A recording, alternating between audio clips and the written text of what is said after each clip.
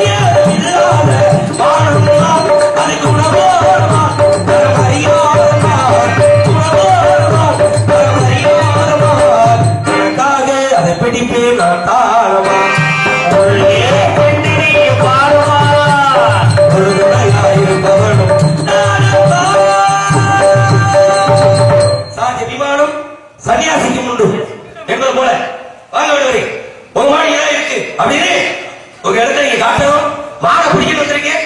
அதனால சொல்லுங்க நீங்க தலைமையில முறையில சொல்லுங்க. என்ன சொல்றீங்க அப்படின்னா மாடுகளா இருக்கு அப்படின்னு சொல்றீங்க. ஒரு விஷயம் பாருங்க, இந்த ஒரு வேலையாக பண்ணவர் வேட்டைக்கு போறாரு. அப்ப வேட்டைக்கு போகும்போது அப்ப என்ன செய்யறாருன்னா அந்த பறவைகள் அனைத்தும் அந்த மரத்துல குடியிருக்கணும்.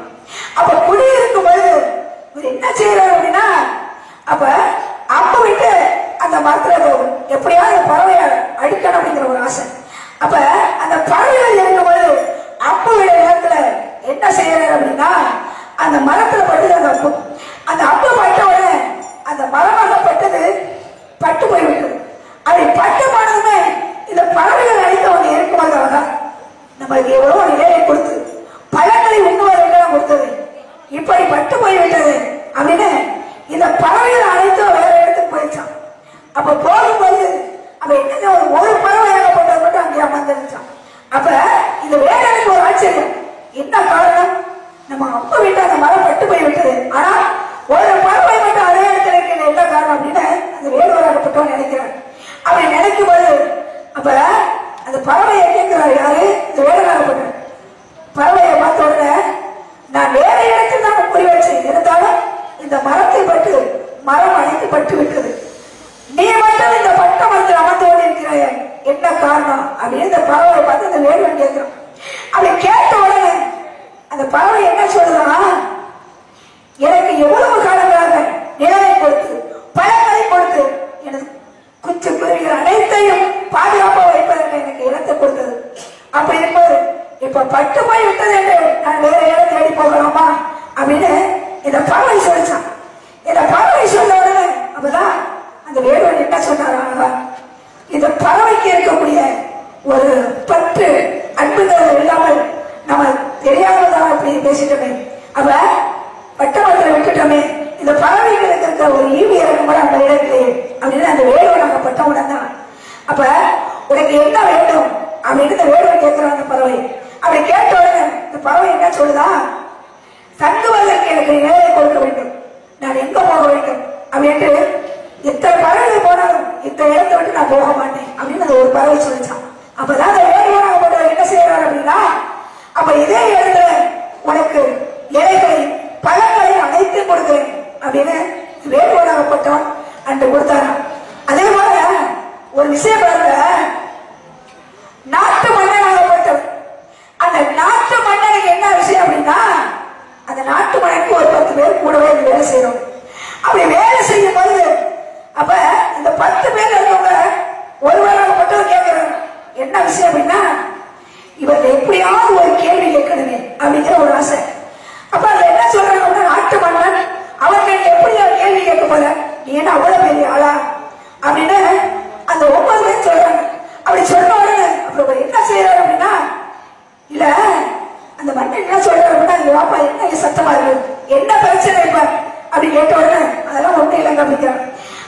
தெரிஞ்ச எதுவாக இருந்தாலும் சொல்லு, குறைகளை நான் தீர்த்து வைக்கிறேன் அப்படின்னு இந்த மன்னன் சொல்றாரு. அப்படி சொன்ன உடனே அவ என்ன சொல்றாரு அப்படின்னா, ஊசி நுழையாத ஓட்டையில் யானத்தலை நுழையுமா அப்படின்னு இந்த மன்னனை பார்த்து கேட்கிறாரு. இந்த 10 பேரை கூட இருக்கிறோம், ஒருவனாகப்பட்டான் கேட்கிறான். அவன் கேட்ட உடனே அவருக்கு வந்துருச்சு கோபம். அவனை பிடிச்சு கட்டுறா கம்பத்தில் அப்படின்ட்டு. அப்ப கம்பத்தை கட்டிடான்னு சொன்ன உடனே அப்ப என்னங்க தவறான வார்த்தை சொல்லல, என்னை எப்படி கம்பத்தை பிடிச்சு கட்ட சொல்லலாம் அப்படின்னு சொல்ற. அப்படி சொன்ன உடனே அவன் என்ன செய்யறான் அப்படின்னா, இவர் கேட்ட வார்த்தை தவறாக ஒரு மனசுல நினைச்சிருக்கான். அப்படி நினைச்ச உடனே அவ போறாங்க. அவ மனைவியாக போட்டு வர்றா, கணவர் போனவர் என்ன காணுமே, தாமதமாகி விட்டது அப்படின்னு மனைவி வந்து கேட்கிறான். அப்படி கேட்ட உடனே அவ என்ன சொல்றான், இல்லமா உன் கணவர் தவறான வார்த்தையை கேட்டதுனால மன்னராக பட்டு பிடிச்சி கம்பத்துல கட்டி வச்சுட்டார் அப்படின்னு சொன்ன உடனே அப்ப இந்த அம்மாவுக்கு வருது ஆத்தனம். மன்னரே, எனக்கு கணவர் என்ன தவறாக பேசி விட்டார், காரணம் தெரியாம எதுக்கு நீ கம்பத்தை கட்டி வச்சுக்க அப்படின்னு மனைவி அவர்கிட்ட கேட்கிறான். அப்படி கேட்ட உடனே அப்ப என்ன சொல்றாங்க, என்னமா உனது கணவர் கேட்ட வார்த்தை தவறான வார்த்தைகள் அப்படி சொல்லி மன்னன் சொல்றாரு. அப்படி சொன்ன உடனே அப்ப அந்த அம்மா போகுது. போய் என்ன செய்யுது அப்படின்னா, சத்து போய் ஒரு மரத்தடியில் உட்காந்துருக்கு. அப்படி உட்கார்ந்து இருந்த உடனே அப்ப அந்த அம்மா வருது. மன்னரே, எனது கணவர் கேட்ட கேள்வி தவறான வார்த்தைன்னு சொன்னீங்க, என் கணவர் கேட்ட வார்த்தைக்கு நான் சரியான பதில் சொல்லிவிட்டால் உங்களுக்கு என்ன தண்டனை கொடுக்கணும் அப்படின்னு அந்த அம்மா கேட்கிறாங்க. அவர் அப்ப அவர் என்ன சொல்றாங்க அப்படின்னா, தர்மம் நியாயம் என்பது உண்டு, நியாயமாக பேசினால் இங்க சொல்றதை நான் ஏத்துக்கிறேன், ஆனா தவறான வார்த்தைகள் இருந்தாக்க கொடுத்த தண்டனை தண்டனை தான் அப்படின்னு சொல்றாரு. அப்ப எனது கணவர் கேட்ட வார்த்தை சரியான வார்த்தைகளாக இருந்தால் உங்களுக்கு என்ன தண்டனை கொடுக்க முடியும் அப்படின்னு அம்மா கேட்கிறாங்க.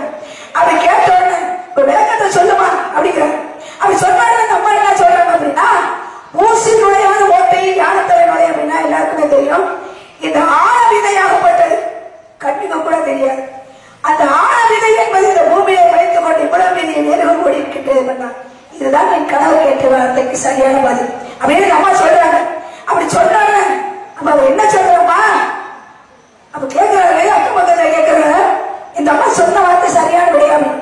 அப்படி கேட்ட உடனே அவன் அம்மா என்ன சொல்றாங்க, இப்ப உங்களுக்கு என்ன தண்டனை கொடுக்க வேண்டும், நீங்க சொன்னீங்க தவறான வார்த்தைகள் இருந்தா, என் கணவர் தவறாக சொல்லி இருந்தால் தண்டனை இப்ப உங்களுக்கு நான் என்ன தண்டனை கொடுக்கணும் அப்படின்னு அம்மா கேட்கிறாங்க. அப்ப அவர் என்ன சொல்றாரு அப்படின்னா, என்ன தண்டனை வேண்டாம் கூட நான் ஏத்துக்கிறேன் அப்படிங்கிறாங்க. அப்படி சொன்ன உடனே அந்த அம்மா சொல்றாங்க, நாட்டுக்கே மாட்டேன், ஆனா உங்களுக்கு போய் ஒரு பெண்மணியாக மட்டும் தண்டனை கொடுத்தாரு, அது என்னங்க பெருமை இருக்கு அப்படின்னு சொல்லி அப்ப இந்த அம்மா என்ன சொல்றாங்க அப்படின்னா, அதெல்லாம் வேண்டாம், நான் தண்டனை கொடுக்கவில்லை. ஏன் அப்படின்னா, கண்ணால் காண்பது போய் காதால் கேட்பது போய் தீர விசாரிப்பது மைய என்று சொல்லி இருக்கிறாங்க. அப்படி இருந்தும் தீர விசாரிக்காமல் கணவருக்கு தண்டனை கொடுத்து தவறான வழி அப்படிலாம் இருக்கு. நேற்று அவங்க மாடு வந்திருக்கு அப்படின்னு சொல்லிருக்க, உங்களுடைய மாடு வரவில்லை. மச்சாமி சரி செல்வா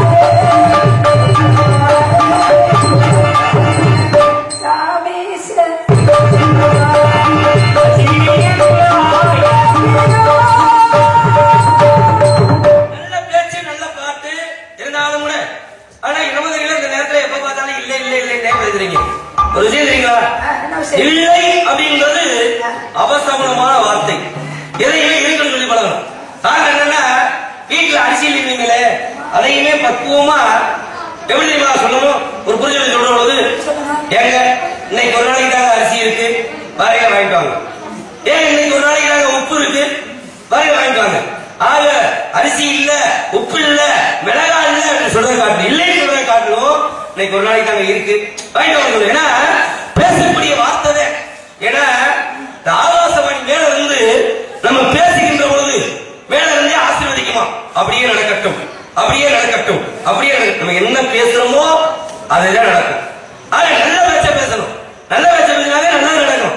சில பேர் கொண்டாட்டிய கூட ஏடி சரியா பிடிச்சவளே யார் சொல்றீங்க அப்படின்னு பேசுவாங்க. கதையில இல்ல அதான் சொல்றேன், பேசுவாங்க. அப்ப மேல இருந்து அப்படியே நடக்கட்டும், அப்படியே நடக்கணும், அப்ப அதான் பிடிக்கும். அதனால சொல்ற வார்த்தை நல்ல வார்த்தையில பேசணும், எண்ணம் போல வாழ்க்கை. ஆக நல்ல வார்த்தையில பேசணும்னா நல்லதே நடக்கும். ஆக என்னன்னா அந்த உப்பு அப்படின்னு சொன்னீங்க இல்லையா, உலகம் உப்புன்றது மட்டும் வீட்டுல என்னைக்குமே குறைவில்லாம நிறைய உப்பு இருந்துகிட்டே இருக்கணும். உப்பு மட்டும் இல்லாம இருக்கக்கூடாது. ஏன் என்ன காரணம்னா உப்பு மகாலட்சுமி, அது குறையில்லாம இருக்கணும். உப்பு யாருக்கு கடன் கொடுக்க மாட்டாங்க. இருட்டாயிருச்சுன்னா உப்பு யாருக்கும் கடன் கொடுக்க கூடாது. ஏன்னா மகாலட்சுமி பாருங்க, நல்லா சின்ன பிள்ளை இருக்கீங்க, உப்பு கடையில மூட முடியா கிடக்கும், யாரும் தூக்க மாட்டேன். திருட்டு போய் கலவாணி போய் கூட உப்பை தூக்க மாட்டேன். ஏன்னா உப்புக்கு அவ்வளவு மகிமை உண்டு. அது மாதிரி ஏன்னா ஒவ்வொன்றுக்கும் ஒரு விஷயம் உண்டு. ஏன்னா காலம் கலியும் கலியுகத்துல படிக்க மாடு இல்லைன்றீங்க, சில விஷயங்கள் நடக்கத்தான் செய்யும். என்ன காரணம்னா கலியுகம். இந்த கலியுகம் எப்ப பிறந்துச்சு அப்படின்னா மகாபாரதம் நடந்திருக்கிற பொழுதே கலியுகம் பிறந்துருச்சு. எப்படி தெரியுங்களா? பாண்டவர்கள் 5 பேர், தர்மன், பீமன், அர்ஜுனன், நகுலன், சகாதேவன். அந்த 5 பேர்ல தர்மன் என்ன பண்றாரு, வாங்கடா நம்மளுக்கு போருக்கு தயாரா குதிரை வாங்கணும், போய் சந்தையை போய் குதிரை வாங்கிக்கோங்க அப்படின்னு. அப்பதே சகாதேவன் போறேன், குதிரை வாங்குறதுக்காக போறேன். போய் சந்தைக்கு போயிட்டியா, சந்தைக்கு போனோம்னா ஒருத்தர் அருமையான ஒரு குதிரையை பிடிச்சி நிக்கிறாரு. இருக்கிறீங்களா இந்த குதிரை நல்லா இருக்கு, இந்த குதிரை அங்க இருக்கிற குதிரை சரி, இந்த குதிரையை வாங்கிட்டு போனா படைக்கு நல்லா இருக்கும் அப்படின்ட்டு, ஐயா இந்த குதிரை எனக்கு வேணும், இந்த குதிரையை கொடுங்க, என்ன விலை சொல்றீங்க அப்படின்னு கேட்டோம்னே அப்பதான் குதிரை வியாபாரி சொல்றாரு, ஏப்பா இது விலைக்கு தரது கிடையாது, நான் கேட்கிற கேள்விக்கு பதில் சொன்னீங்கன்னா இந்த குதிரையை இலவசமா தந்துருட்டார். அப்படியா என்ன என்னுடைய கேள்வி சொன்னோம்னு அப்பதான் குதிரை வியாபாரி கேட்கிறாரு, வேற ஒண்ணும் இல்லப்பா, ஒரு பெரிய கிணறு, பெரிய கிணறு பக்கத்துல 7 சின்ன கிணறு, இந்த பெரிய கிணத்து தண்ணிய 7 சின்ன கிணத்துல ஊத்தி நிரப்பிடலாம். ஆனா நிரப்புற தண்ணிய மறுபடியும் ஊத்துனா கிணறு நிரம்பாது. எப்படி பெரிய கிணறு, இந்த தண்ணியை 7 சின்ன கிணத்துல ஊத்தி நிரப்பிடலாம். ஆனா நிரம்பின அந்த தண்ணியை மறுபடியும் ஊத்துறோம்னா நிரம்பாது. இதுக்கு பதில சொல்லு, நான் குதிரை இலவசமா தந்துறேன், ஏன் இதே தண்ணி தானே ஊத்தணும், அந்த தண்ணியை ஊத்துறா நிறைய ஏன் கிடையாது யோசிச்சேன், பேசாம உட்காந்துட்டேன். அடுத்து என்ன டேய் குதிரை வாங்க போனே எந்த ஆளங்கடா அப்படின்ட்டு நகல போறேன், போனவன் ஆளங்கடாமின்னு பார்த்தா இங்க உட்காந்து ஏன்னா இங்க உட்காந்துருக்க இல்ல அப்படியா, ஏயா என்னையா சொல்றீங்க விலைய சொல்றீங்க, கேள்விக்கு பதில சொன்னா இலவசமா தர்றேன், இப்ப நீ விட்டு இல்ல போட்டு ஒரு கேள்வி கேட்கிறேன் அப்படின்னு அவர் கேட்கிறாரு. என்னன்னா இந்த ஊசி இருக்கு இல்லையா, ஊசியினுடைய துளையில யானை போயிடுச்சு, யானையினுடைய வால் மட்டும் போக முடியல. எப்படி யானை போயிடுச்சு, யானையுடைய வால் மட்டும் போக முடியல அப்படின்னு. என்னையாது ஊசியினுடைய தொலைல யானை போயிடுச்சு, யானை வால் போக முடியலையா அப்படின்ட்டு அவனையும் யோசிச்சுட்டு உட்காந்துட்டான். அடுத்தபடியா அர்ஜுனன் என்ன பண்றான், இட போனீங்க காணாமே அப்படின்னு அவனை வர்றியா வந்தோட இடம் அப்படி உட்காந்துருக்கீங்க, ஒரு கேள்வியை கேட்டாரு. அப்படியா பெண்ணியா சொல்லுவீங்க, நான் ஒரு ஓமிட்ட ஒரு கேள்வி கேட்கிறேன், நீ சொன்னீங்கன்னா குதிரை இலவசம் முடிச்சுட்டு போங்க அப்படின்னு. அப்பதான் அவர்கிட்ட கேட்கிறேன், அர்ஜுனன் கேட்கிறாங்க அந்த குதிரை வியாபாரி என்ன அப்படின்னா, ஒரு வெள்ளாமைக்கு வேலி போடுவாங்க, எதுக்கு பாதுகாப்புக்கு, ஆனா வெள்ளாமைக்கு வேலி போட்டுருக்காங்க இல்லையா, வேலிக்கு பயிரை காணும், வேலிக்கு பயிரை காணும், வேலிக்கு பயிரை காணும். இதுக்கு பதில சொல்லுங்க, என்னையா வேலி இருக்கு பயிரை காணாமா, என்னையா கிணத்த காணாம கதையா இருக்கு அப்படின்ட்டு. சரி ஒரு வழியா 3 பேர் உட்காந்துட்டாங்க. அடுத்து நீமே போனா ஏடா அப்படி உட்காந்துருக்கீங்க கேள்வியை சொன்னியா, வாங்க அண்ணன் போகுது, அண்ணன் தர்மன் வந்துட்டாங்க, அண்ணன் சொல்றாங்க இப்படி எல்லாம் கேட்டாரு அப்படின்னு. அப்படியா இப்படி கேட்டாரா, அது வந்தவர் யாரும் கிடையாது, கலியம், கலியுகம் பிறக்க போகுது, கலியுகத்துல என்ன நடக்க போகுது அப்படின்றத அவர் சொல்லி இருக்கிறாரு. ஆக அதுக்கு என்ன விளக்கம்னா, ஒரு பெரிய கிணறு என்பது இது வரைக்கும் சரி, கலியுகத்துல இப்படி எல்லாம் நடக்கும் அப்படின்றது அப்பவே மகாபாரதத்துல தர்மன் சொன்னது. ஆக பெரிய கிணறு அப்படின்னா ஒரு பெரிய கிணறு இல்லையா, அது வந்து அப்பா அம்மா. பெரிய கிணறுன்றது அப்பா அம்மா, 7 சின்ன கிணறுன்றது 7 பிள்ளைகள். அப்பா அம்மா 7 பிள்ளைங்க 15 வெளியானாலும் கஷ்டப்பட்டு பிள்ளைய வளர்த்துருவாங்க. ஆனா அந்த பிள்ளைகளாம் சேர்த்து அப்பா அம்மாவை காப்பாற்ற மாட்டேன். இது கலியுகத்துல நடக்க போகுது. அங்க வா இங்க வா, அவனை சாப்பிடு இவன்ட சாப்பிடுங்களா, இது கலியுகத்தில் நடக்கும் அப்படின்னு விளக்கத்தை சொன்னார். அதான் நடந்துட்டு இருக்கு. சரி, கலியுகத்தில் அது நடக்குது. அதே மாதிரி அடுத்த கேள்வி என்னன்னா, ஊசியினுடைய துளையில யாரை போயிடுச்சு, யாரையுடைய வாழ் போக முடியல அப்படின்னா கலியுகத்துல அநியாயம் அக்கிரமோ கொள்ள எல்லாமே நடக்கும். நியாயத்தை யாரும் கேட்க மாட்டாங்க. ஆகவே அநியாயம் பண்றானோ அவன் பக்கம் 90 பேர் இருக்கான், 99 பேர் இருக்கான். நியாயம் சொல்றதுக்கு ஒரு ஆள் தான் இருக்கான். யாரை அளவுக்கு அநியாயம் பண்றவங்க இருப்பான். ஒருத்தர் சொல்றது வாழ அளவுக்கு சொல்றது இருப்பான், அவன் சொல்றதை ஏத்துக்கிற மாட்டேன். ஆக யானை போயிடுச்சு, ஒருத்தர் பால்ன்றது போக முடியல அப்படின்னு இந்த மாதிரி ஆளுக்கு அநியாயம் பண்றாங்க அவன் பக்கம் தான் ஆதரவா இருப்பான். இது கலியுகத்தில் நடக்கும் அப்படின்னு 2வது கணக்குனாரா. 3வது வேலிக்கு பயிரை காணாம்னா, வேலின்றது அரசாங்கம், பயிர்ன்றது மக்கள். ஆக மக்களை காக்கக்கூடிய வேலை அரசாங்கத்துக்கு.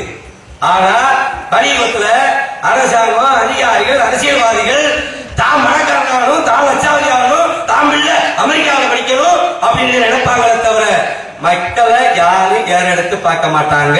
இது கலியுகத்துல நடக்க போகுது அப்படின்னு நடக்குது. ஆக கலியுகத்திலே என்ன நடக்கும் என்பதை அப்படியே சொன்னது யாரு?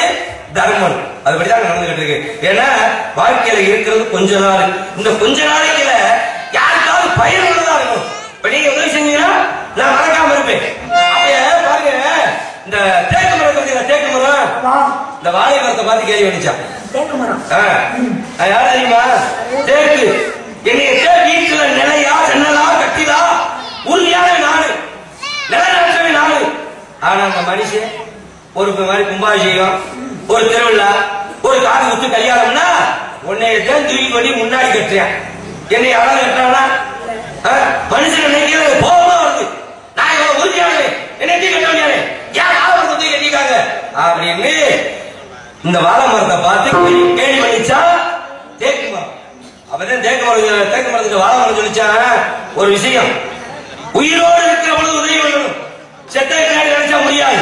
அந்த மாதிரி நீ செத்ததுக்கு பின்னாடி பயன் தர்ற, உன்னை அறுத்து இழைச்சு நிலையாக்கி ஜன்னலாக்கி கட்டிலாக்கி உன்னை அறுத்ததுக்கு பின்னாடி செத்ததுக்கு பின்னாடி நீ பயன் தர்ற. ஆனா நான் அப்படி இல்ல, உயிரோடு இருக்கிற பொழுது இலையாக தாயாக தனியாக பூவாக தண்டாக நாராக ஒரு வாழை மரம் வச்சுட்டா இன்னொரு வாழை மரத்தை பக்கத்துல உருவாக்கி விட்டுறேன். அதனாலவே என்னைய தூக்கி முன்னாடி கட்டுறாங்க அப்படின்ற மாதிரி என்னுடைய மாலை இல்லைன்றீங்க. அவங்கள வந்த மாலை சொல்லி அப்படியே பாதம் செய்யாதே நல்லா வள்ளி.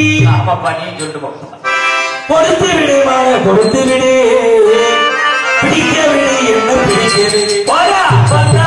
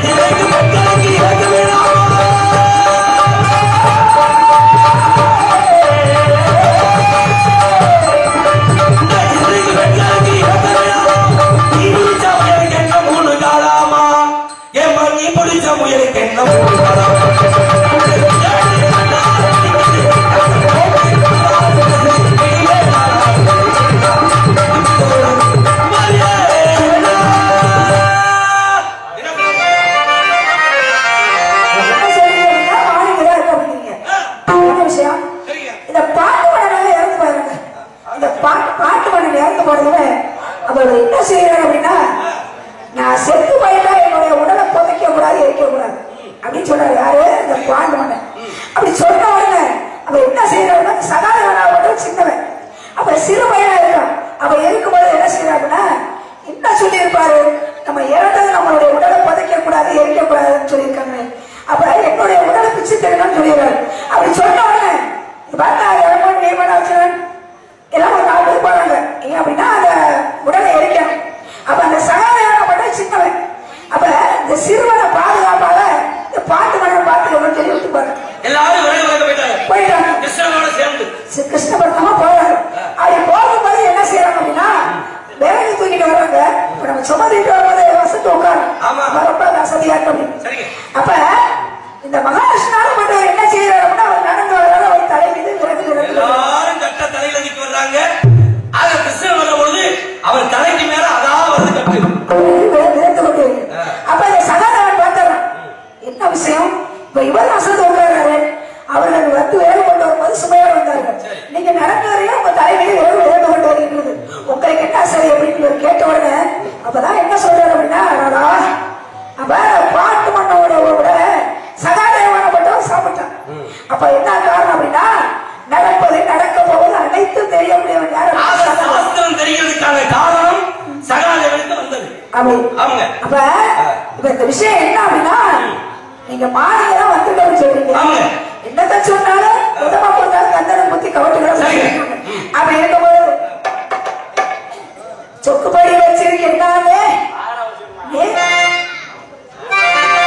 சொக்குப்படி வச்சிருக்கீங்கன்னாலே நீ சொத்து விட்டு நிக்கிறானே பட்டு விட்டாலே நீங்க மாட்டிக்கிட்டு முடிக்கிறீங்க. சொக்குப்படி வச்சிருக்கீங்க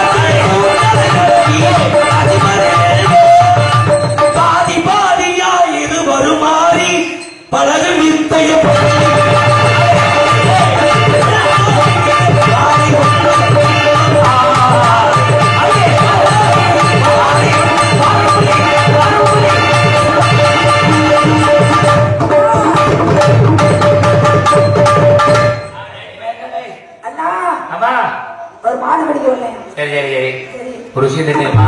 சோதனை கொடுப்பதும் அனைவரையுமே சோதனைக்கு உள்ளாக்குவதும் இறைவனை. இறைவனை வணங்கமா நல்லதே நடக்கும். சோதனை கொடுக்கல இறைவனை வணங்கமா, இறைவனை வணங்கமா நல்லதே நடக்கும். மனப்படுத்தேன் உன்னை இணைப்பதற்கு நான் வழிநெடுத்தேன் உன்னை வளர்ப்பதற்கு.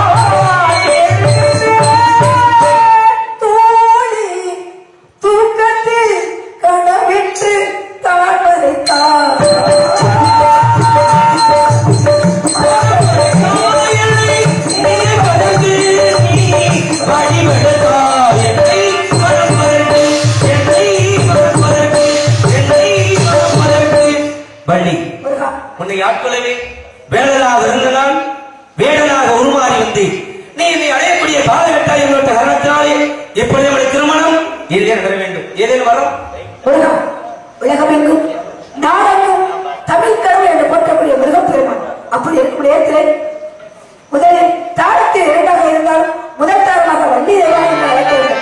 அந்த வரத்தை நாங்கள் கொடுக்க வேண்டும். வருவான் கேட்ட வரத்தோடு உன்னுடைய நாட்டு மக்களுக்கும் வரத்தை தருகின்றேன். உன்னுடைய நாட்டு மக்களாகிய கட்டங்குடி கிராமத்தை சேர்ந்த பெரியோர்கள், தாய்மார்கள், இந்த விழாவை நடத்தக்கூடிய பெரியோர்கள், தாய்மார்கள் மற்றும் இந்த நாடகத்தை கண்டுகளித்த தமிழ் உறவுகள் அத்தனை பேரும் எந்த ஒரு நோய் நொடியும் இல்லாமல் அனைவரும் 16 செல்வங்கள் பெற்று பெருவாழ்வு வாழ வேண்டும் என்று உன்னுடைய நாட்டு மக்களுக்கு வரமளித்தோம். இரண்டாவது வரமாக தாரத்திலே இரண்டாவது தாரமாக இருந்தாலும் தரத்தில் முதல் சிறப்பு கேட்டுக்கொண்ட காரணத்தினாலே இன்று முதல் பக்த கோடிகள் அனைவரும் தெய்வயானை வள்ளி என்று சொல்லி அழைக்காமல் வள்ளி தெய்வானை, வள்ளி தெய்வானை என்று உன்னுடைய பெயரையே முன்கொண்டு நினைப்பார்கள். தன்னை வரும்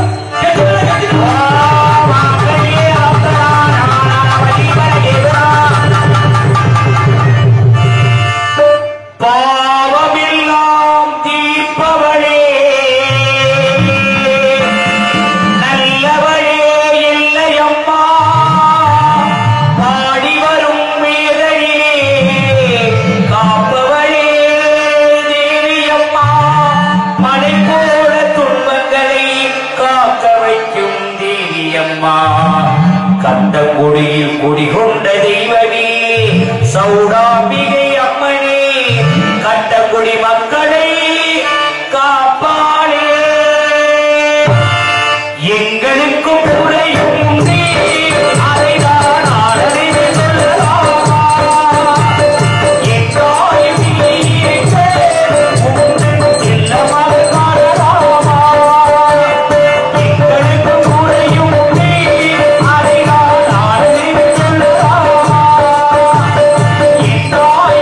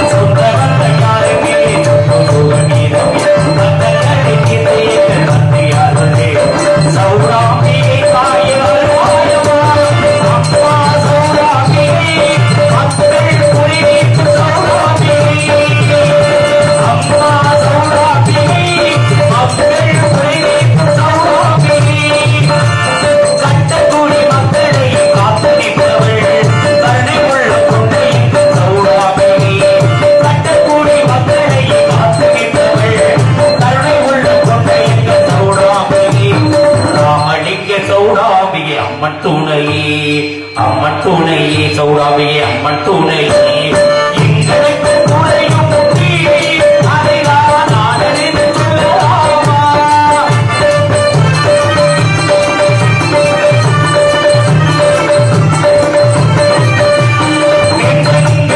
மணி மக்கள மணியோ வெள்ளி எங்கே முன்னாடியே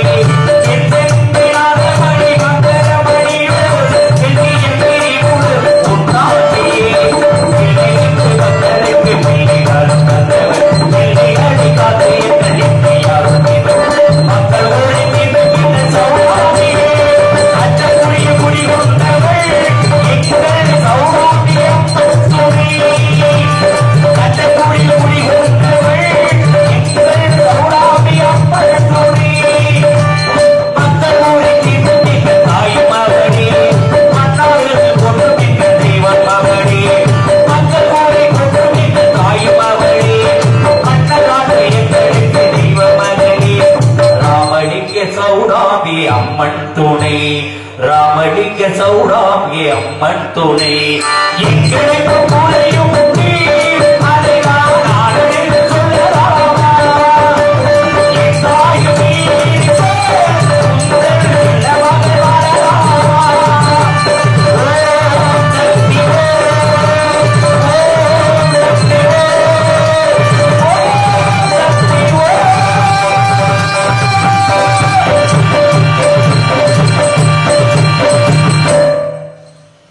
இந்த நாடகத்தை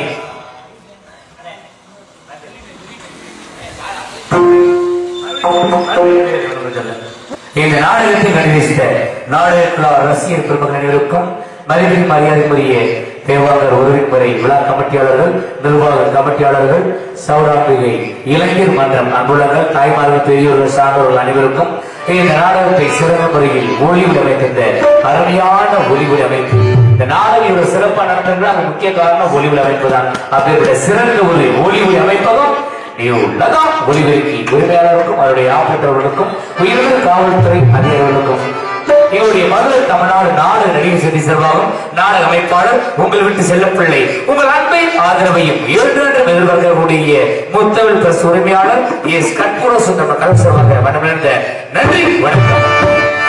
நாடு